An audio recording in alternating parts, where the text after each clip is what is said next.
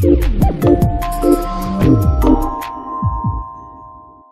y a eu différentes activités qui ont été menées sur les campus à Liège. Tout d'abord, ça a commencé le lundi sur le campus Saint-Martin avec des activités de troc, d'échange et quelques conférences initiatives.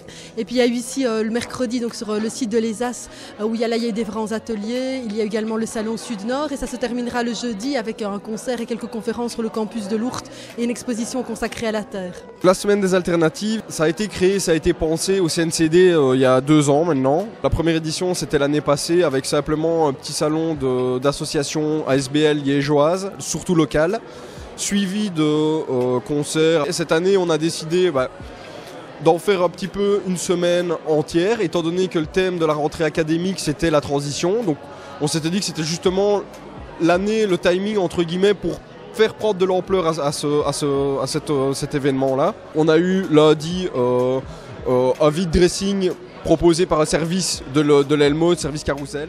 Je trouve ça vraiment très intéressant parce que comme ça, les gens peuvent faire des rencontres s'il y a des étudiants dans la même école ou quoi. Et puis c'est au même endroit d'où on va à l'école, donc franchement, je trouve ça très intéressant.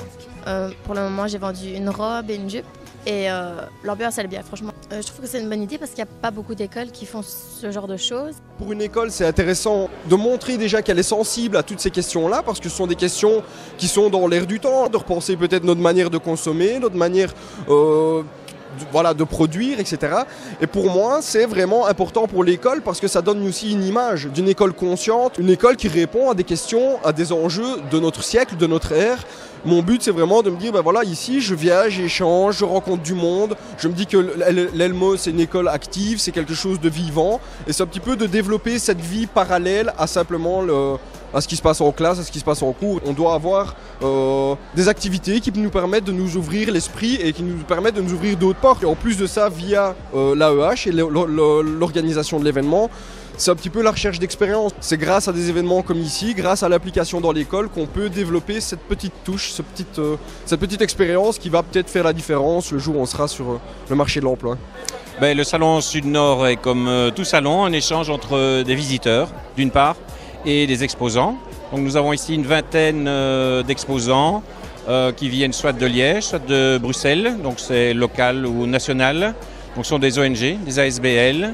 En tout cas, ce sont beaucoup de passionnés qui viennent présenter un peu leurs projets, dire ce qu'ils veulent faire. Et d'autre part, alors des visiteurs. On a une centaine d'étudiants qui sont inscrits et qui viennent chercher des informations, soit directement en rapport avec leurs études, pour un stage par exemple, soit aussi, je remarque une nouvelle tendance peut-être, une recherche de volontariat, de place pour partir en volontaire à l'étranger, vers le sud. Il faut ajouter qu'il s'inscrit dans la semaine des alternatives.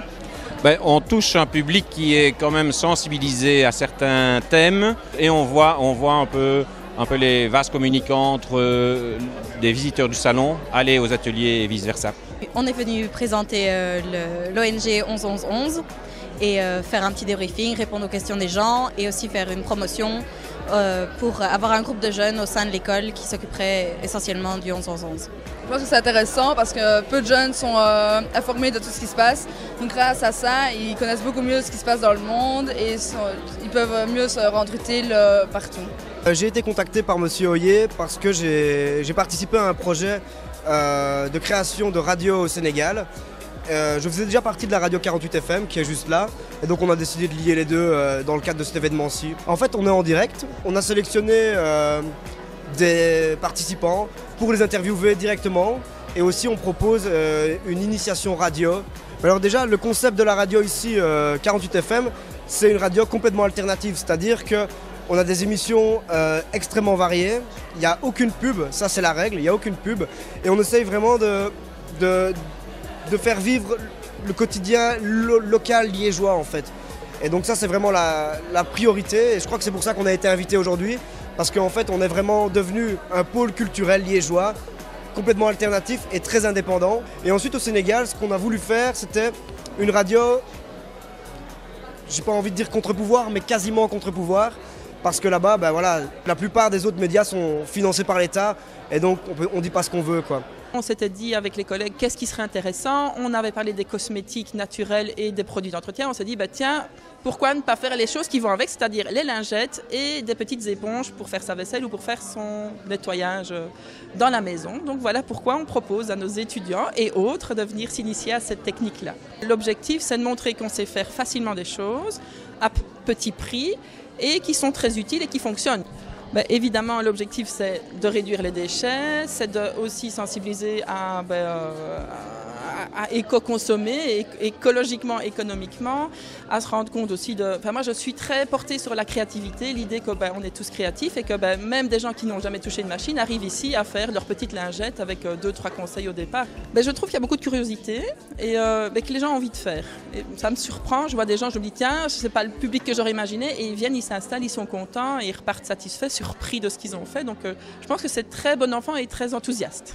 Alors moi déjà, je suis inscrite dans Herve en transition depuis quelques temps, donc je suis très sensibilisée à ça. Quand j'ai découvert que c'était la thématique de l'année pour Elmo, je me suis dit franchement là c'est génial, on est en plein dedans. Et je trouve que notre rôle aussi, c'est de sensibiliser les jeunes à cette société qui est en pleine mutation. Alors on sait que la société mute régulièrement, mais là on est vraiment dans un tournant qui me semble important et que c'est en leur faisant faire des choses qu'ils vont se rendre compte qu'effectivement c'est possible de vivre autrement, de consommer autrement. On a participé à l'atelier pour créer des éponges, on a fait des produits d'entretien et on a été voir les danses latino. Ce qui est génial effectivement, c'est de découvrir comment faire autrement les choses qu'on fait au quotidien et donc effectivement je suis venue avec mon petit garçon qui lui adore aussi découvrir et faire plein de choses et donc voilà, c'était vraiment l'occasion de découvrir d'autres approches. Et de voir le bureau de maman et voir la danse et faire des éponges et le produit. C'est un lieu plus informel où on se rencontre différemment et donc la possibilité de rencontrer les gens différemment, c'est intéressant. Et puis effectivement, les sujets, c'est un sujet, je vais dire, d'actualité où on est tous concernés et donc c'est plutôt important effectivement de mener à bien ce genre d'initiative, oui. Alors le jeudi, en fait, sur le site du campus de Lourdes, on aura 2 conférences. On aura tout d'abord Philippe Defeit, qui est l'ancien directeur du CPAS et qui est un économiste vraiment reconnu, expert international, et qui propose en fait une autre manière d'envisager l'économie, beaucoup plus solidaire, beaucoup plus en relation avec les besoins et le monde en fait tel que nous connaissons aujourd'hui. Et donc il parlera en fait de ce qu'on appelle le revenu universel. Alors avec la campagne justement présidentielle en France, Benoît Hamon a beaucoup parlé du revenu universel. Donc on pourra voir justement est-ce qu'effectivement cette solution est intéressante, comment est-ce qu'on peut la mettre en œuvre, qu'est-ce qu'elle peut apporter au niveau de la vie des gens. Et on aura une seconde conférence en fait qui sera donnée par Jean-Yves Buron, qui est le cofondateur en fait de la monnaie Le Valeureux ici à Liège. Alors ça nous tient évidemment particulièrement à cœur en tant que Liégeois, mais de nouveau c'est aussi montrer que l'économie est un élément moteur au niveau du développement de société, mais qu'en même temps il permet de trouver une alternative beaucoup plus sociale de fonctionnement et de vie. Donc on a profité justement de cette soirée-là pour mener différentes activités et donc on a invité différentes associations locales, de nouveau qui proposent une alternative au niveau de notre consommation ou de notre production. Et puis alors en parallèle avec ça, on a voulu demander aux étudiants justement comment est-ce que vous, à votre niveau, vous pouvez proposer des alternatives. On leur a demandé de réfléchir à ça. Et donc soit dans des projets, dans des cours qu'ils développent ou même de manière privée ou en groupe, ils ont eu la possibilité en fait de proposer différentes logiques de projets. Et donc ils vont présenter leurs différents sujets. On aura la possibilité de voter et de remettre donc un prix. Ils recevront 500 € pour favoriser justement le développement de leurs produits. Alors il se fait que l'année dernière, le Centre de recherche mondiale sur la terre crue qui est situé à Grenoble avait lancé un concours international d'architecture en terre. Il y a eu une 40aine de projets qui ont été déposés et ces projets ont fait l'objet justement d'une exposition itinérante mais qui est déjà passée dans beaucoup de pays. Évidemment elle est passée en France, elle était présentée à la COP de Marrakech, la COP 22 de Marrakech, elle est partie pour l'instant également en Suisse et nous avons eu la chance en fait avec les grandes universités wallonnes de pouvoir acheter cette exposition et également avec le cluster éco-construction qui nous a beaucoup aidé. Et sur le site de Liège, en fait, nous sommes en partenariat, la faculté des sciences appliquées, la faculté d'architecture et l'Institut Gramme. Justement, donc tous les acteurs majeurs de la construction ici à Liège se sont mis ensemble pour pouvoir acquérir cette exposition et de nouveau montrer une alternative à la construction. Alors l'architecture en terre, ce n'est pas les cases, hein, c'est une architecture extrêmement contemporaine avec une capacité thermique extrêmement intéressante au niveau du confort, une régulation hygrothermique également.